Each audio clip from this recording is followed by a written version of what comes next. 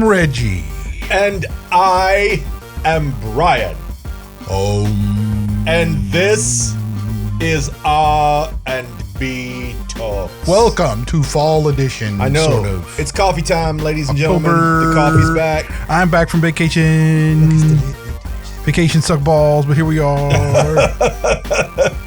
Reggie, you're the only person I know go on vacation and come back and not have at all enjoyed vacation. Here's the thing. Okay, here's the thing about vacation, right? I've spent so much time and effort into making my freaking castle my kingdom, you know? Yeah. I'm like, this is how I want it. This. So when you go away, like, it's just like, Yeah, but you got to go places that are cool to you, right? Like, to me, going to the beach, if I go to the beach, I do that for the kids.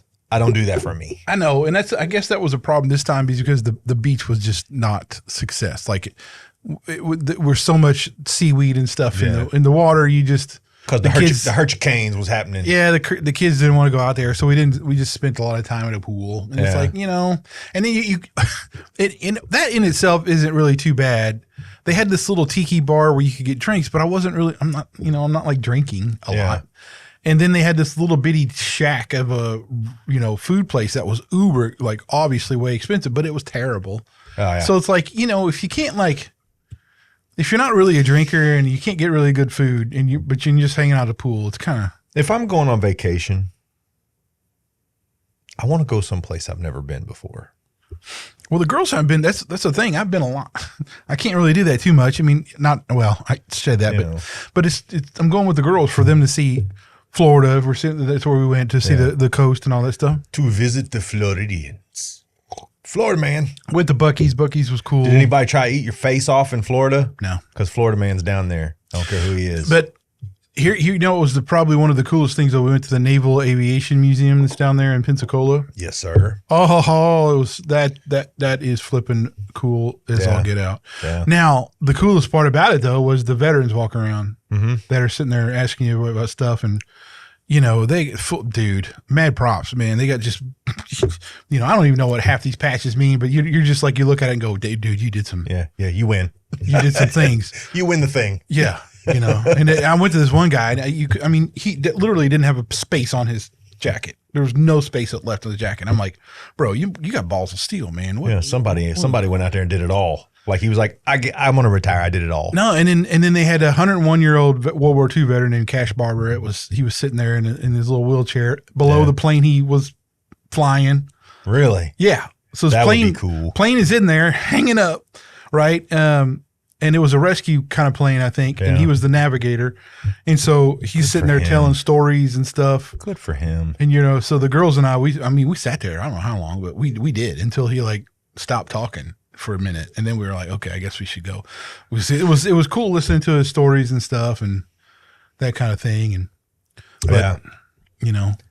So anyway, it was all right. The people were fine. I will say that if we go back to that area, we stayed in Perdido Key, Florida.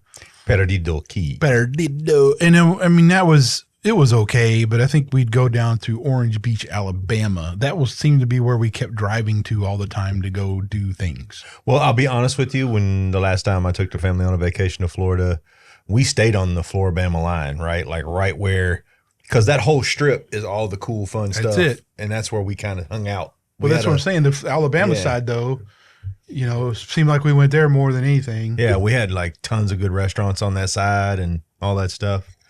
But we saw dolphins, but like, the thing about going to see the dolphin cruise is you're on this boat and, it's not like the dolphins it's not like you're like sitting there and you're petting them. Like, they're like, they come up a little bit. We did see one that was feeding against this flood wall. That was kind of cool. He was batting the fish against the wall, catching it and stuff. That was cool. But I mean, after a while, you see all these dolphins come up. You're like, all right, that's a dolphin. Yeah. But coolest thing I've ever seen is a whale. Yeah, the whales were awesome. That was cool. When I went, I was in the Cape. I did it a couple of times to go see the humpbacks and stuff. The whale watching thing. Yeah, and you'd go, you go on those boats and it'd be like the humpback's bigger than your boat. Yeah. You don't even realize it, and it's like, there's a humpback coming in. So you're like looking, and if they're like right here, and it's getting so big, you're like, are they that? What? And all of a sudden they're like, size of the boat going right underneath your boat. Yes. You're like, holy cow, that Hope this thing doesn't hit the boat. Yeah, I mean, it's crazy. But anyway, it's cool. We went to Buc-ee's. Buc-ee's was cool. I got spent way too much money. The brisket was good. I got hats off to them, dude, to cook that brisket like that. Isn't that a shocker? It's just like when we went into Buc-ee's, I was like, I'm gonna get the brisket, but I'm gonna be disappointed. I was not disappointed. It was very good. On the way back, dude. So because I'm trying to be good. I wasn't, but I was trying to be good on the way back. And it was like, so I got like 3 things of the sliced brisket to eat on the way back home, you know, but, and that's pretty much all I ate pretty much, but, you know, it was cool. Well, I think we would be remiss if we didn't talk about something happened while you were vacating. It wasn't wow. That was before we left. Well, yeah. But we didn't do an episode, you know, since then, but we got to. We lost somebody, man. A legend. I contemplate on him and all the things that I've learned and all the times I've listened to him, and man, losing Vadi Bakum was probably one of the biggest losses to spiritual culture, to Christian spiritual culture in the last 50 years. Well, I mean, as far as Christian influencers go, that are trying to stay biblically centered and teach the right text and interpretations and stuff. He was, I mean, really, really unmatched. Well, I put the loss of Vadi on the same level as Billy Graham and the rest of those guys. MacArthur. They're just, and I think if you take the kind of a retrospective look at Billy Graham and John MacArthur and Vadi Bakum, 3 completely different approaches to biblical culture, all very relevant, all very true, all great men, but completely different as how they approached it, how they taught, how they provided. And I tell you what, I feel like is being screamed for right now, especially because actually, if you look at Christian culture, the young men are flocking back to the church. We need more charismatic leaders like MacArthur, like Vadi, like Billy Graham. I think what happened, and I'm looking at it overall, and this is part of the being introspective about all this, is we got into this rhythm where the church was sort of weakened by culture. And there's a bounce back happening. But during the weakening of the church, the Western church, we kind of fell into this ho-hum, like rhythmic, doing the same thing over and over again. Matthew, Mark, Luke, John, everybody pray, the same rhythm, right? Well, I feel like Vadi was one of the ones that was bringing us out of that, who was passionate and very, very lovingly aggressive about how he approached. I mean, dude, he would give me cold chills when he would get into a sermon. He would get so passionate about the subject that it would give me chills, man. I'd get goosebumps listening to him, dude. And we need more charismatic spiritual leadership like that. He was just young. He was young, man, 58 or something like that. I mean, he's only 8 years older than me. Yeah, I mean, but he had heart problems. Like he had that big open heart surgery back a few years ago. That was kind of a scare and everything. So, I mean, if you followed him closely, you didn't know all these details. I mean, obviously, I don't know him personally, but you knew that he had some serious you knew there were some issues. Yeah, and he had said that before. So, it's not like it's completely off guard when you hear that, but you're just like, dang, man, that was whoo. Well, but even greater, and this speaks out very strongly. I have met so many men who, and look, I'm not trying to tell anybody that a medical emergency or a medical catastrophe can't put you in a bad place, right? But I have seen so many strong Christian men have like a heart attack or a stroke and then recover and soften in their approach to the biblical truth because they're scared. Vadi did not. If anything, that man went harder to the paint. Well, let's consider this what he was doing. All right, he obviously was a black man. Let's not. Yeah. And so what he did was he spoke to those issues currently. He was one of the ones that I looked to and that was very clear about race didn't exist, that was a construct that we created as humans, that, there's the critical race theory and all this stuff. He was very much told the truth about transgenderism. All these things. He was really present during these critical issues, and he was very verbose and detailed about, and took them on. Now, what I appreciated about Body too was that he wasn't a debater kind of guy. That you didn't see him out there doing. Now there's time and place for that, but we seem to be run rampant with bad debates and just Although he did have a very spirited, I'll call it a conversation with Ben Shapiro that I appreciated. I love that. That was fantastic. It wasn't a debate so much as it was just two people from different cultural backgrounds getting together to talk about current events and topics. And I think but he did a very good job in that conversation. Well, so if you haven't read, he's got Fault Lines, which is a book that is fantastic. And it's a sociological Christian book that is really cool. Voddie's got a few books out there that I really encourage everybody to read, but a lot of sermons he's got, it's all on YouTube. Oh, dude. If you guys want to hear how a true passionate carrier of the word expounds on it, I encourage you to go look up Voddie Baucham.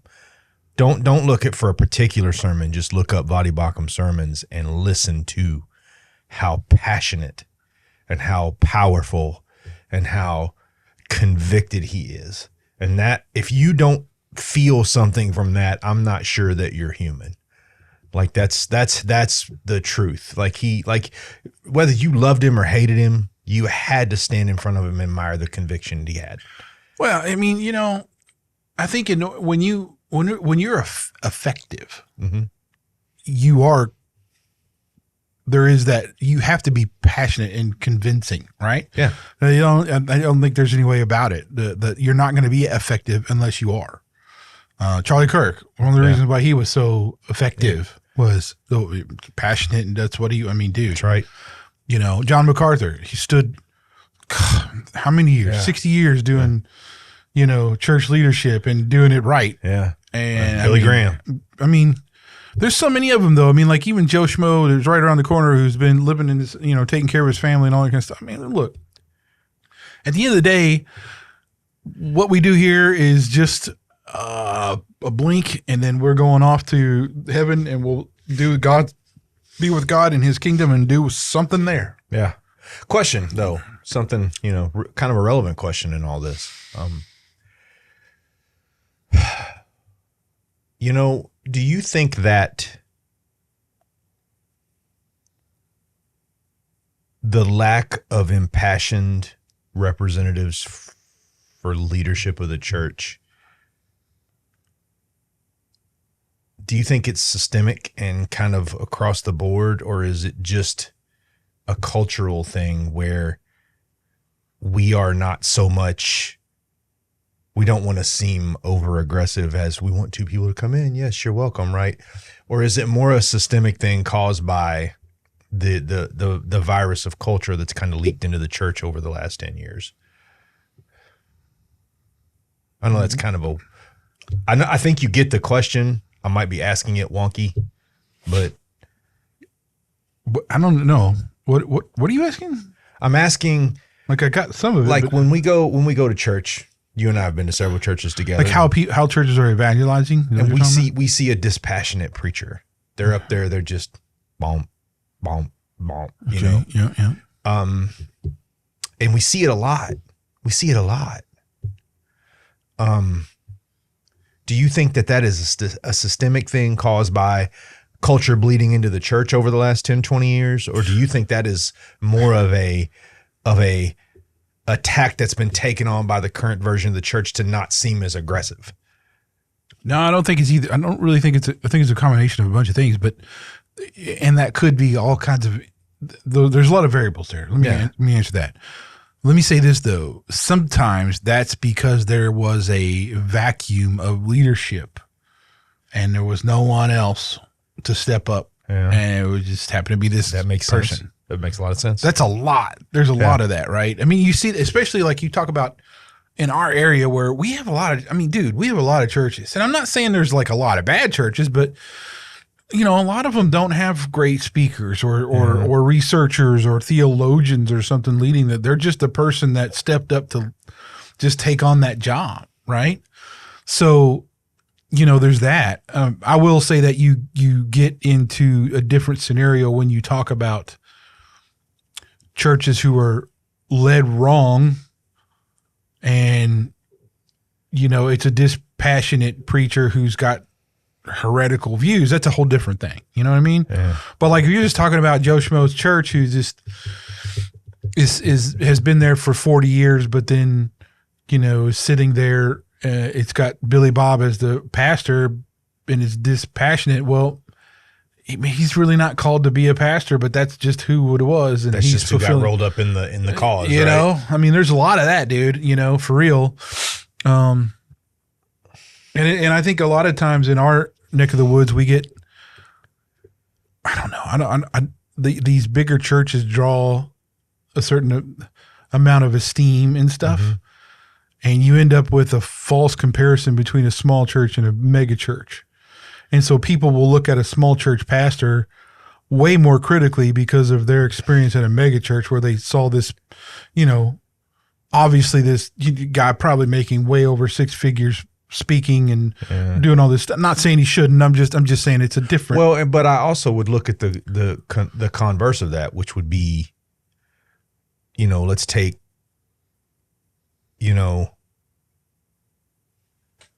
and I want to be clear when I say this, I really like Kyle, but Kyle is more of a calm. He leads a huge church, but he has much more of a calm demeanor when he delivers a sermon, but he delivers it on a very high level of education and study. But he's a researcher. Like when you listen to Kyle, dude, I feel like I'm in school. Like he's schooling me on some things, right? Like on some very. We're talking Kyle Idleman. Yeah. Right? And he's an amazing preacher. Like he really is. But in his style, leading the big church, he seems more like professorial, I would say. Well, right? Keep in mind, Kyle it's not like he's leading the administrative duties and stuff like that are left to other people, right? But in the smaller church, the minister has to be the head of the elders board. He has to be, a lot of the churches, he's the financial guy who's taking care of the money. He's the one taking care of all the, so, but I just feel like I'm not looking for a leader. I don't really need to be led, right? Well, we all need to be led. We do, but my leader is God. My passion is for Christ, but right? There's still pastoral elements. But I just wonder if we could just, for lack of a better term, if more ministers would just take the gloves off for a minute and be like, look, we're going to talk truth right now. And I'm going to tell you some things that are going to make you uncomfortable. And I'm going to tell you some things that are probably going to hurt your feelings and are probably going to make you feel like I'm picking on you. But it's time for the truth to be told. Well, I get you. And I don't think that's not happening. I think that does happen. It does happen, but does it happen as much as it should? Well, I don't know. Like it happens at my church, right? I mean, Pete Baumgartel at Leansville Christian is not afraid to do any of that, and he doesn't. He's pretty much shoots you straight pretty much the whole time, which I love about it. And I think what frustrates me is when we see examples of like, they will remain nameless because I really don't feel like getting into it, but some of the guys that are out there with their bullhorns and their signs strapped to their back, and they're terrible examples of what a Christian is. Yeah. Terrible examples. I hear you.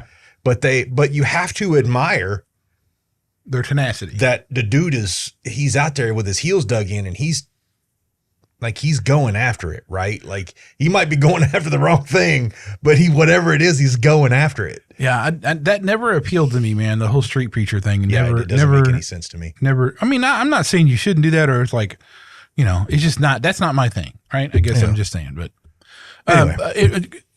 Leading into that though was your topic for today, and it's really about, I would say, like culture and manhood and living in service as a man versus culturally the ideas of that. And well, let me also tell you kind of where the inspiration came from.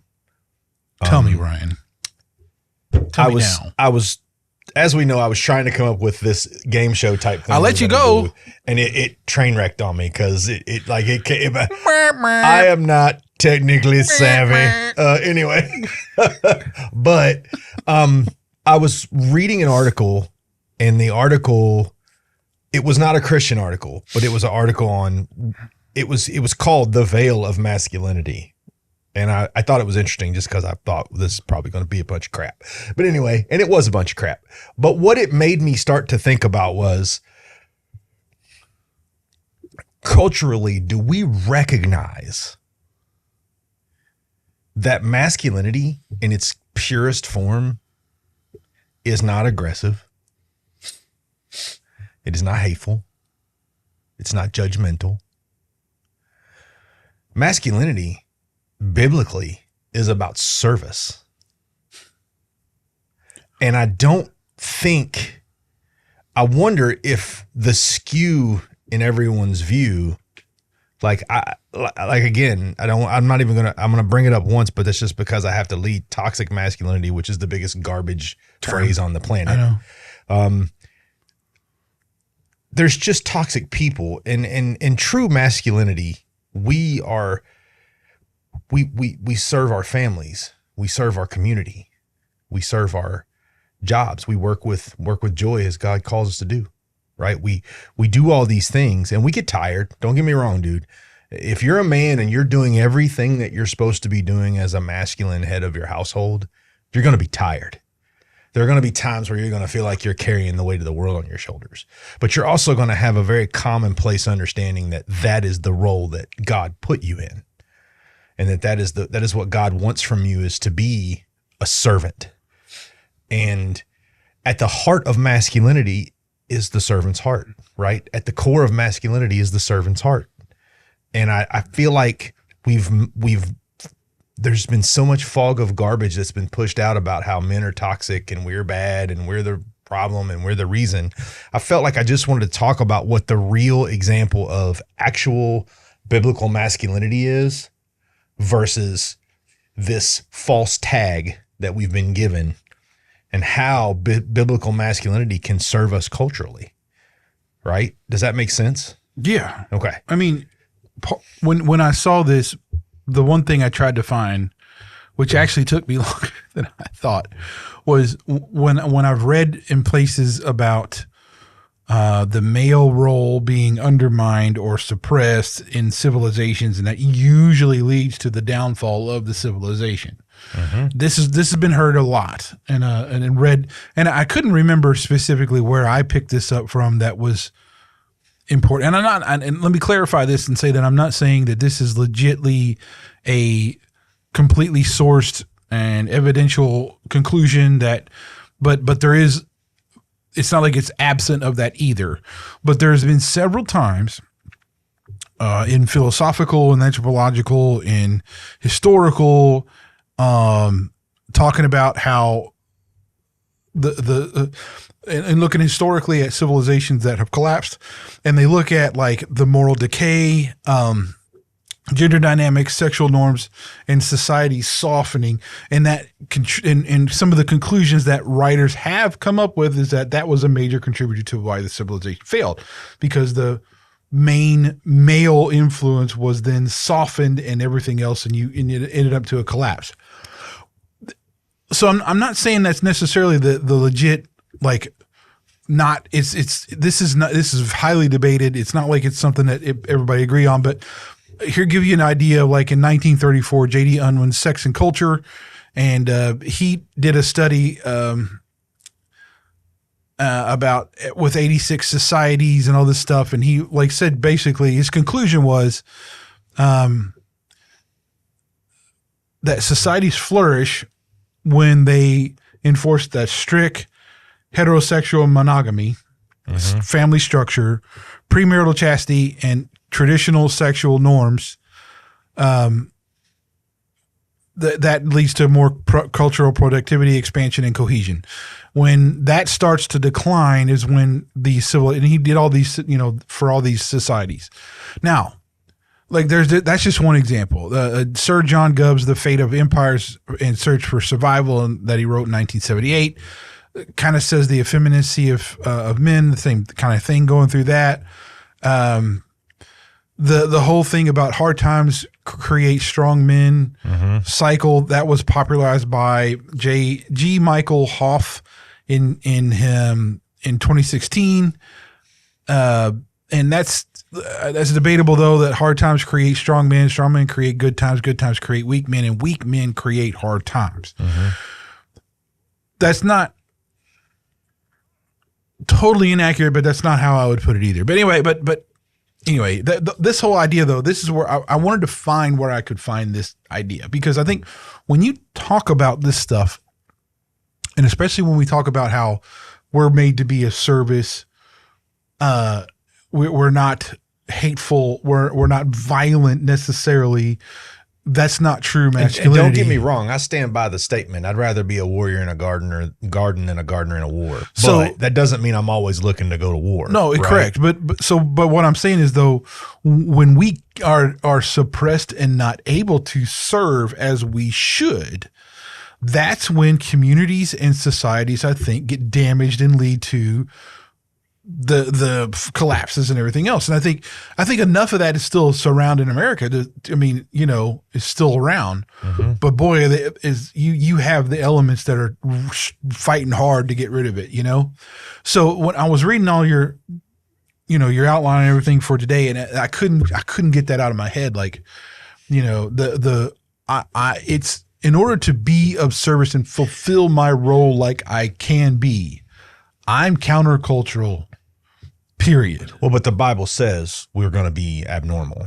True. We're going to be oddities. And I think you got to look at like you go back to the early, 20th century, World War I, II era, Vietnam was kind of when it was tailing into the, the 60s hippie crap that came around.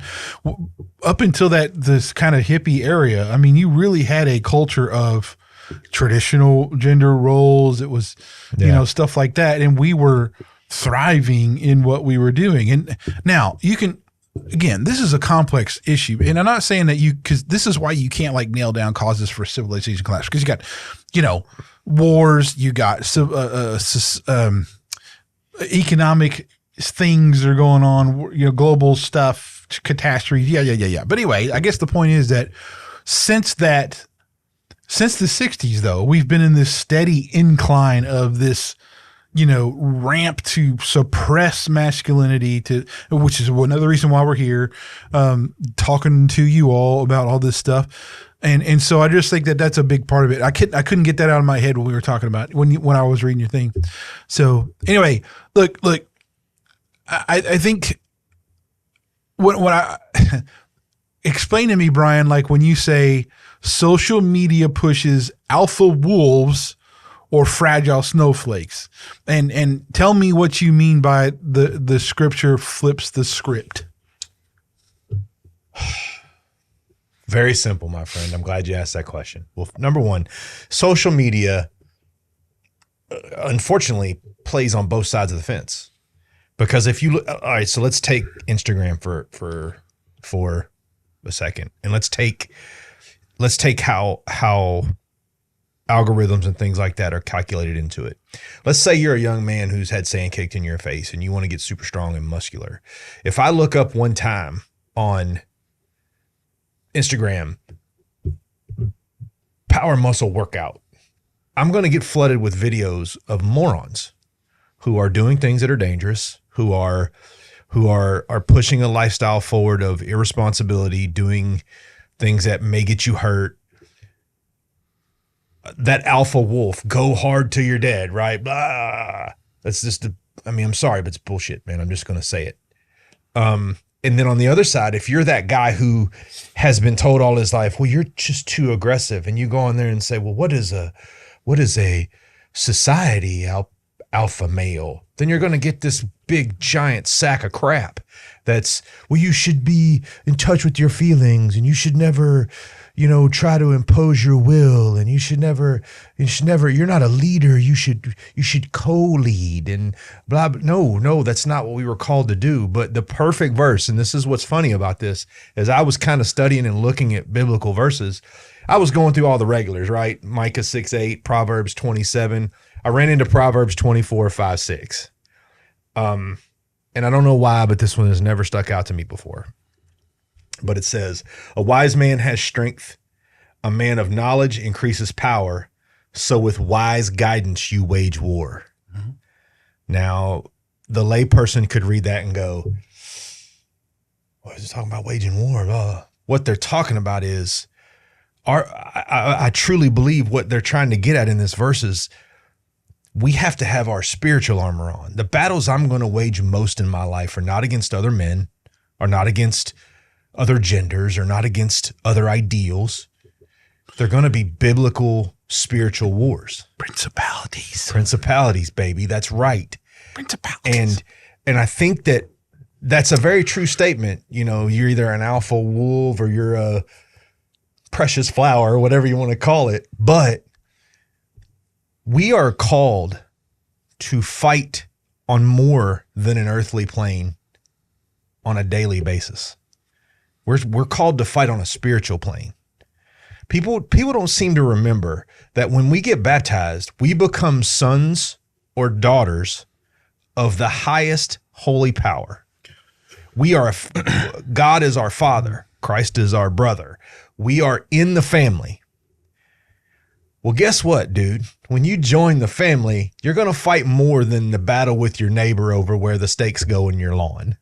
Well, I mean, you're going to fight battles of, principalities trying to hurt your children, spiritual warfare for your wife, all the things that are going to go on that you have to stand and protect against. Because here's the truth of it, man, and I'm going to put it out there, and this is a hard thing for people to understand. And I think it's also very hard for old school traditional Christian men to understand. I can stand guard over my wife, but her relationship with Christ is her own, and she's going to have to fight her battles, and I can't fight those spiritual battles for her. I can pray for her.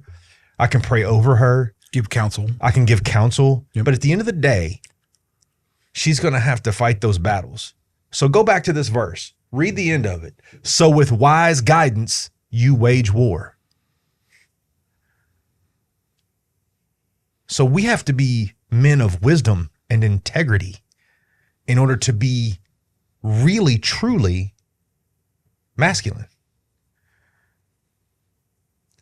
It's not about who I can beat up or who I can hurt.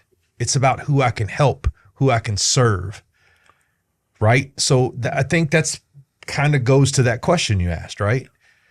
Well, maybe I answered it right. Maybe I answered it wrong. I kind of feel like I hit it, but it was kind of like a spaghetti when you think about it. Yeah, a little bit, but that's okay. Turn on the lights and cockroaches went everywhere. But okay, look, here's the deal. I think when you hit on something a little bit that I kind of want to emphasize a little bit more. Lay it on me, bro. There's a lot of times when we think there's a conflict that we need to address because it's something that's got to be taken care of, and when necessarily it should be handled a little different in more of a Christ-like manner. And I mean by your neighbor does something silly, right? Maybe, runs over your tree or something. And instead of I think a lot of times we think as men, oh, that's my, but at the same token, it's your neighbor. And I think a lot of times we look at, I'm just pulling that as an example, by the way, that there's a lot of times when the battle's not with that neighbor. Yeah. But the battle is really your thought process towards that neighbor before anything happens. Yeah. That's how it's the approach to the problem. Yeah, you got to let yourself be in the Christ mindset before, and you pull yourself there instead of letting it spin into the uber alpha wolf type of nonsense. Yeah.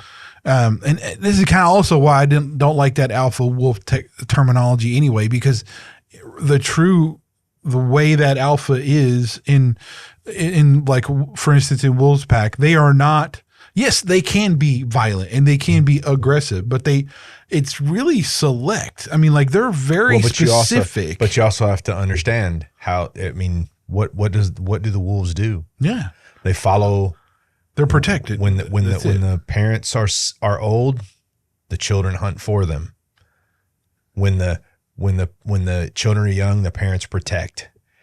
Like they don't, everybody has, I think imagery has a lot to do with this. Uh-huh.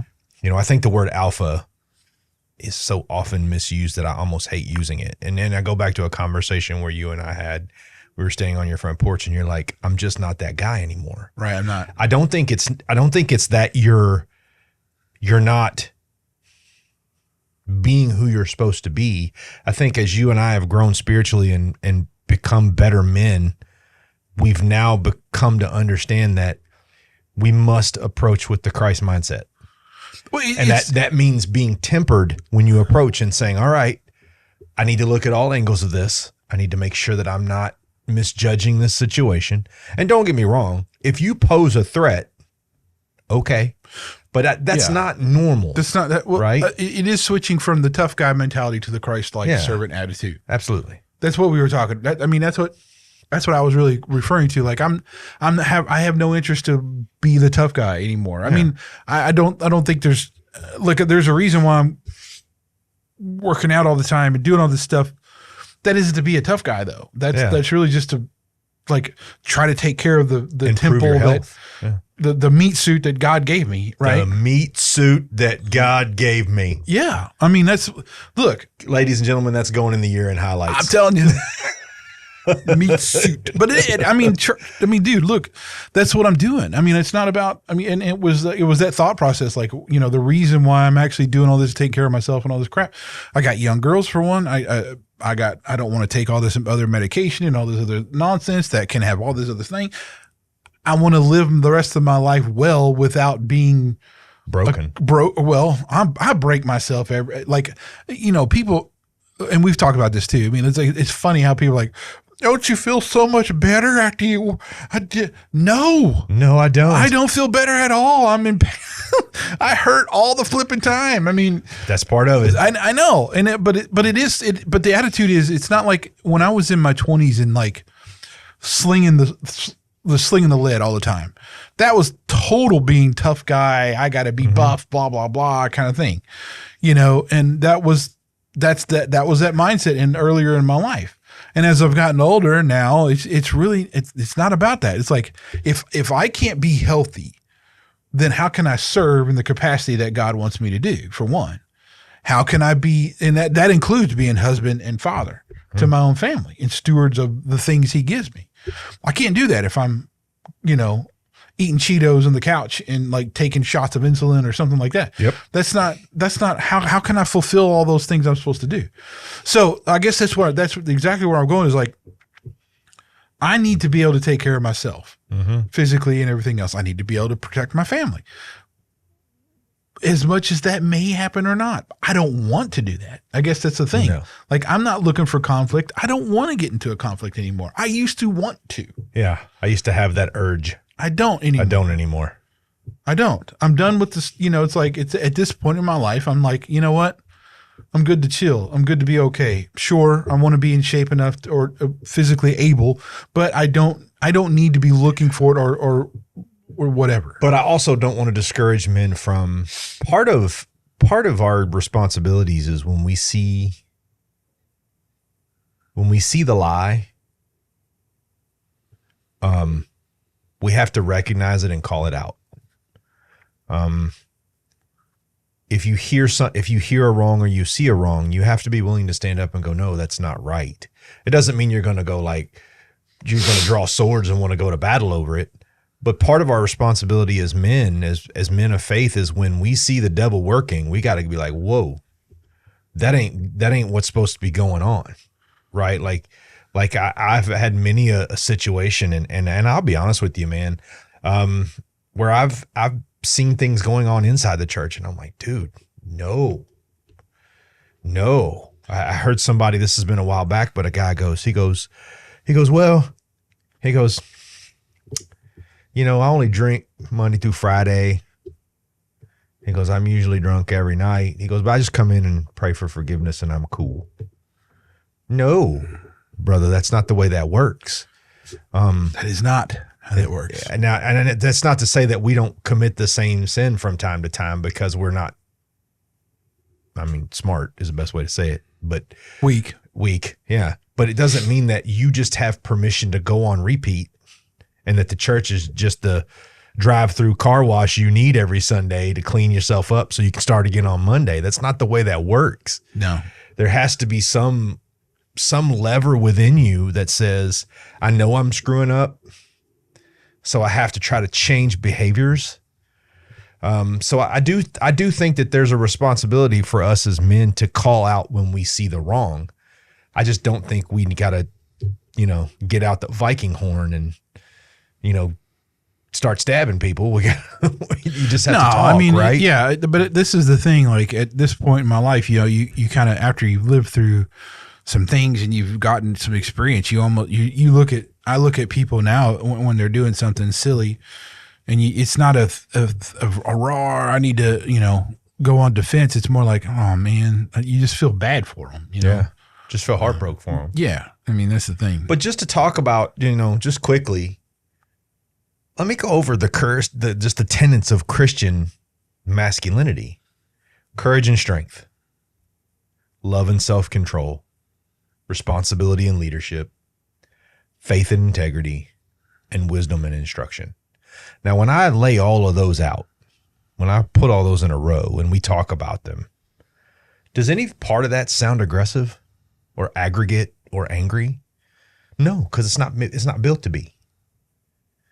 Right? Like, and don't get me wrong, you can go into the Bible and you can see where wars are fought and men had to die and blood was shed and all those things. But you can go into any history book and see that.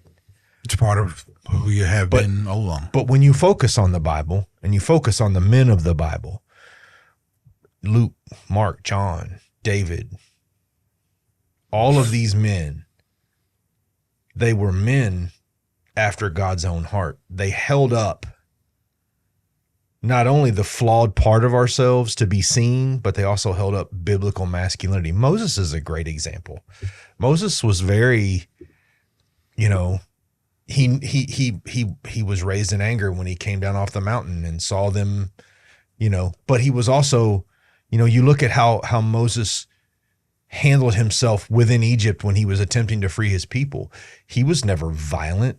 He was loving, and he spoke truth, and he spoke truth to power, and he brought people to him with the love of Christ, right? There's no, like, when you look at these men of the Bible, when you look at Abraham and you look at, Noah, these were men who, when they finally connected to that place where they were in line with God, they were great examples of what spiritual masculinity should be today.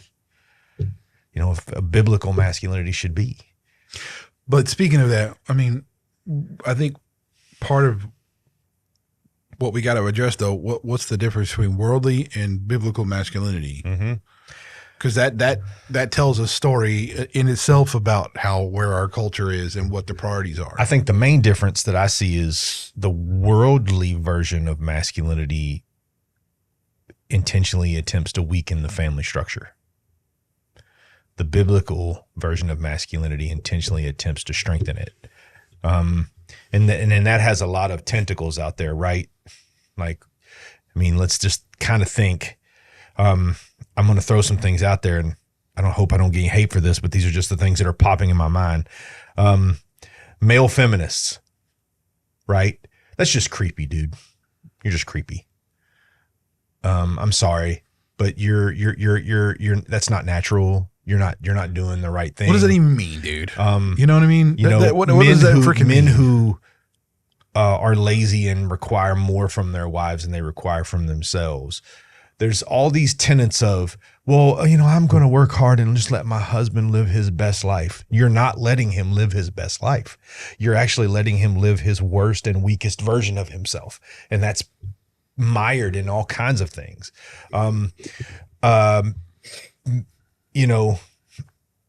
The divorce rate being as high as it is, right? All these things are just tentacles that are just strangling out the family structure. That to me is the number one giant spotlight on why the difference between worldly masculinity and spiritual masculinity or biblical masculinity is biblical masculinity is built on the foundation of the family and marriage and bringing more generations into the world to be part of that structure where, nowadays we're in the middle of a giant decline in population because people are like, well, we're never going to have kids and we're not going to get married. We're just going to live together and we're going to have civil ceremonies and all that. No, whatever, dude. Like But I think you have two different versions of worldly masculinity, though. Okay.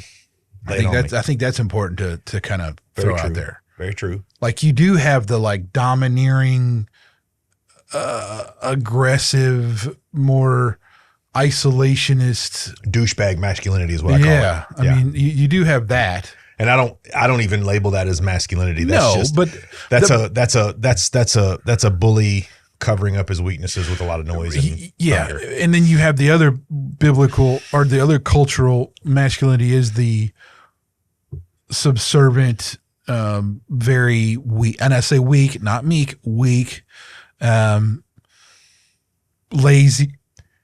I don't know. Any of those kind of terms, you would say that. So you have these. There's a dichotomy between the culture and masculinity, right? Absolutely. And you got to understand that there's some of this uber stupid, grunt like masculinity that gets confused with that's what biblical masculinity is. I think that's another one that we got to really acknowledge here. That those. Not all the time. If you see some, I don't have any example off the top of my head because I don't even look at that crap. But some roided out dude who's throwing pictures of himself online or whatever and talking about how he dominates all these women and all this stuff and look at his sports car and all this crap. That is not the biblical idea of masculinity. Let's get that straight. And at the same token, some quote unquote dude who can't figure out what bathroom to use and is very much looking to have a quote unquote partner, blah, blah, blah.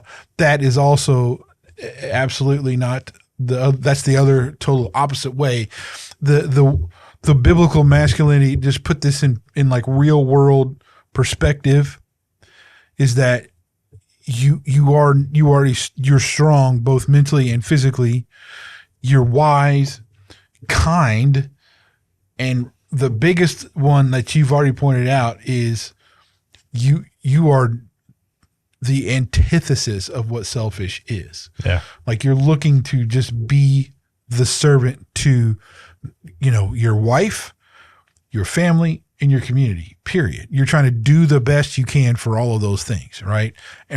But number one, for God. That's why I got that shirt for that Charlie Kirk used to wear, God, family, can't even think of it now because I'm too many things. Brain fried. Yeah. But anyway, look, that's the whole idea, right? Yeah. It's just to separate this out and to say, there is strength in the biblical masculinity, but it does not necessarily align with the cultural idea of what that is. No, I will honestly say this as I look at the tenets of biblical masculinity, none of them line up with culture. No, it's leadership. It's not the same thing because we're not talking about domination. We're not talking about complete control or none of that stuff. It's more about responsibility and servant headship, I think is the word that I've found here. Yeah. The way the relationships are, the way you identify with yourself. All of those things are specific in a biblical mindset than it is in a cultural world. Like your relationships are pointed up for one. Everything is rooted into the gospel. And from there, it flows out to not only your wife, but to your family and then to your community, but it flows up first, right? And your identity isn't rooted in what your occupation is, what, how big your biceps are or whatever. It's rooted in who you are to God, period. Mm-hmm. Right. And so those things just separate out the cultural and the worldly stuff for sure. And I do think that it absolutely has to do with just having a servant mindset, looking out for making you're trying to be the best man you can be to serve God and then your family, you know? Yeah. So moving on a little bit, cause I don't want to crash the server. Yeah. I'm just kidding. So, since we did point out Vodi Bakum, and we talked about John MacArthur. So what are some things that they might say about biblical masculinity, Brian? Well, Vodi was all about being a servant. Like he very much spoke about a servant's heart. He very much spoke about, not angering your children, not doing the things that God calls us to do. Vodi spoke very clearly about. I do remember I listened to a sermon that he spoke about leadership in the home. And he made the statement that to lead in your home is to not stand in front with medals on your chest and honor from action. To lead in your home is to stand in front because God calls you there, and to lead through love and spiritual guidance in your home. And I thought that was very, very strong. And MacArthur was the same. MacArthur was about, the leadership role being spiritually based. That's the thing that, and I'll be honest, I kind of struggle with that at times, because that masculine part of me wants to be like, I got this. And a lot of times I'm like, no, I don't. So, but I think that they would say the very same thing. It's lead with love, patience, kindness, wisdom, listen, Well, here's one particular thing. Even I still remember this to this day, and I still tell people about it. Vodi has a specific sermon where he talked about how culture will look at the 3 B's, the bedroom, billfold, and the ball field. Yep. That's what they care about. Culture looks at those 3 things. Yeah. Well, that's not. He has a whole sermon on that, and which is a great sermon, by the way. Yeah. So I mean, look that up, because it's fantastic. And I will say that the Act Like Men series that MacArthur did, yes, fantastic. That's also very good. So if you want to look at both of those things, that's very good. What was that? What was what? I wonder what that notification was. That was I think weird. It was my weather notification. Was it? Was it your? Yeah, I think it was my weather notification. Out of nowhere, like, all right. Okay. Well, anyway. Yeah. So anyway, the Act Like Men is brilliant. What?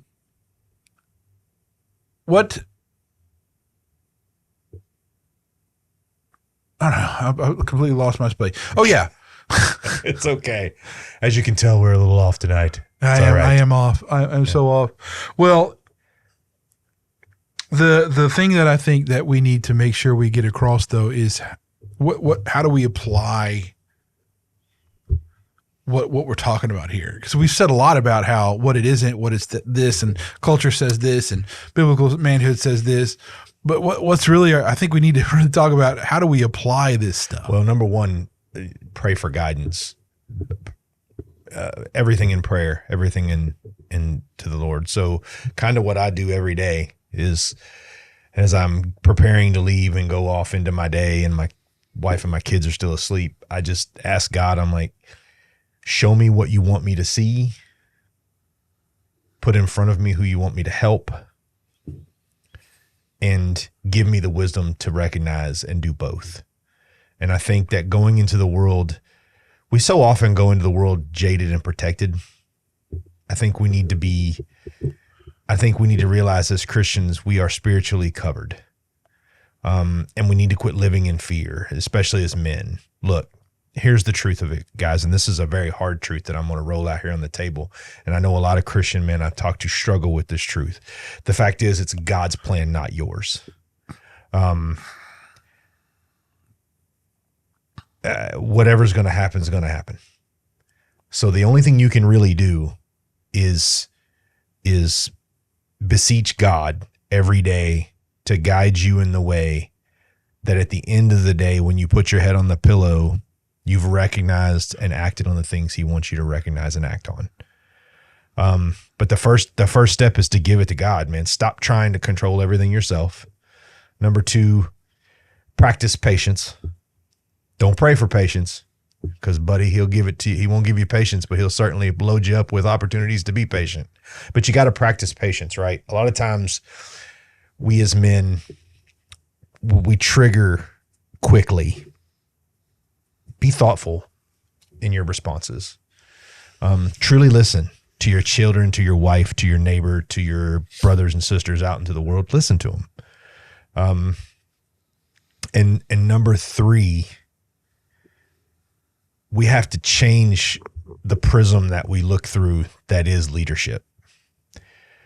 We've been sold for so many years that leadership is domination. Go out there and strangle out the business and take everything you want and go out there and dominate the world. No. God will bless you with what you need and what you have. You just got to go out there with a servant's heart and be prepared to not only honor the people, but honor the blessing. Okay, but you will not hear God. You will not see God. You will not feel God if you're not intentional about your relationship with God. Yeah. That's the biggest thing I could say. Like, if you don't open that Bible, if you don't read it at all, if you're not sitting there making time for the creator of the universe, not listening to some good sermons or some good, but some you research. have to be intentional about it in order to really be able to hear and follow what the Lord's telling you to do. Like, I'm sunk into a really good sermon series right now, and it's on masculinity, and it's amazing. It's amazing, and I'm really opening my eyes to some things, but I'm very intentional about. I don't want to go define my own masculinity. I want to allow God to define it within me. And in order for me to do that, I have to be very intentional about opening myself up to the guidance of God, to listen to that still small voice, to make sure that I am being the tenets of what he needs me to be, right? Like that's really the thing. To be truly biblically masculine, you got to give up control. Well, and you gotta set aside kind of worldly ideals about who you are. Yeah. That's not what it's about. I mean, I can tell you from my own thing. I mean, like, just it's, man, you got to not that I was eating Cheetos all. I just use that as an example, but like, if you're that guy, maybe Doritos. Yeah. If you're that guy eating a bag of chips, sitting on the couch, and that's all you do, I mean, dude, that's not respecting the temple God gave you. That's not. Well, and this is something I tell people all the time. I hear all these people, they'll say to me, well, I can't work out, or I can't move, or I can't. Dude, God built you to hold the most powerful force ever created, which is the Holy Spirit. It can permeate anything. It can take over a town, a village. It can change the direction of your life within seconds. You got to get past that. I mean, look, disabilities are aside. Yeah. I mean, that's not what we're talking about. We're not talking about you had some whatever thing or something going on, and look, you do the best you can. Yeah. But that, that's not what we mean. I'm talking about the guy who's perfectly capable. Yeah. And then just doesn't do anything. And I'm not saying you got to go freaking, join a gym and do all this other stuff. It's just about not being lazy about it and don't be a glutton, and making better choices about those things to kind of just, because I guarantee you, if you're doing that stuff, then you're not serving. And if you're serving, you don't have time for that stuff, or your mindset's all different places. But it changes. It will change the way you view those things. But so, I mean, I would say that for your older guys, it's like, one of the other things to do, if not only is it taking care of your own spirituality, but lifting up someone else, and not, look, you don't have to be a star-studded, pastor or preacher or speaker or whatever. Sometimes a dude just needs another dude to just listen. Don't quiet your own wisdom. Share. You never know. One of the biggest tragedies I see in the modern church is the older generation just is not engaged with that middle and younger generation. You have so much to offer. so much to give, so much wisdom to impart. Be proud of the fact that you've survived the trials and tribulations and all the things that God's put in front of you, and be prepared to hand that out and say, hey, I got you, man. Here's where I've been. Here's what I know. Hope it helps. Right. Like I one of the things I really appreciate is when you see a older gentleman in church who is really attempting to engage across the generations. Those are the guys that you're like, that dude's got it, right? That dude understands. But you're right. You know, older men, you can't dim your light for any reason, man. Well, and not just that, but look to it as this. You may be fighting battles right now, tomorrow, a week from now, 10 years from now, but it's already done. Yeah. You got to fight from a position of victory. That's really where it is. Even if you lose this battle's won. The victory's done, you know? So there's that. I would say that, you know, just look at, for those who are kind of like me and Brian, where you could and have the natural tendency to be like a overbearing buffoon with a true toxic attitude. You know, it's really you got to quiet that ego, and you got to shove that. You got to get rid of that pride. Got to let that go. That's really not helping you at all. That's the very first thing I would advise somebody who thinks they're a tough guy going through something. Because look, there's always somebody tougher. There's always somebody. There's always somebody harder. There's always somebody stronger. Always, it doesn't matter. Tougher. It doesn't matter. So, you know, really, really look at that kind of stuff there. But you look, the very first thing, look to God first. Take care of yourself and where you are as a man. Be the husband you're supposed to be from a biblical standpoint. Be the dad or the father you're supposed to be from a biblical standpoint, and work on those things in that order. I think we need to say this, though, just as kind of encouragement. You're going to fail. Yeah, I mean, come on. Give yourself a little grace, because God's going to give you grace. And just But if you're not failing, you're not trying. And own where you screwed up. I've had to apologize to my kids more than once. Sure. It is what it is, man. It teaches them that you can be humble, right? So give yourself some grace, because God's going to give you grace. Anyway, sorry, man. I'm just saying, you know, if you're not failing, you're not trying. Yeah, absolutely. I mean, you're good. I mean, like, you can't do, I teach my girls all this constantly. Don't worry about you screwing up. You're never going to do anything if you don't screw up. You know, it's when I was in management, I used to tell, you know, I had a conversation with a guy one time, and it was kind of a funny conversation, because he was talking to me about how I had to fire all these people. And I was like, so why are you firing all these people? And he's like, well, they keep screwing up. I was like, so they're trying. And he was like, well, what do you mean? I was like, let me be clear.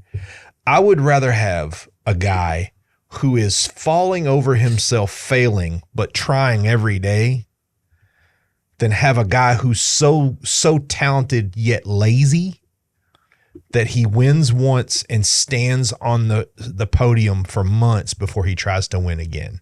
Because the guy who's repeatedly trying and failing, that you keep saying, come on, man, keep climbing, you're going to get there. When he gets it, he'll be your number one. That's it.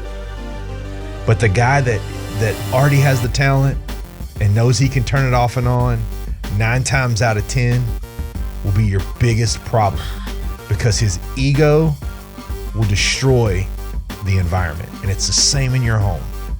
Your ego will destroy your environment. So be humble, keep trying, keep failing, keep falling over yourself. It's okay. We're R&B Talks. I'm Brian. I'm Reggie. See you next week. Bye-bye. Bye-bye.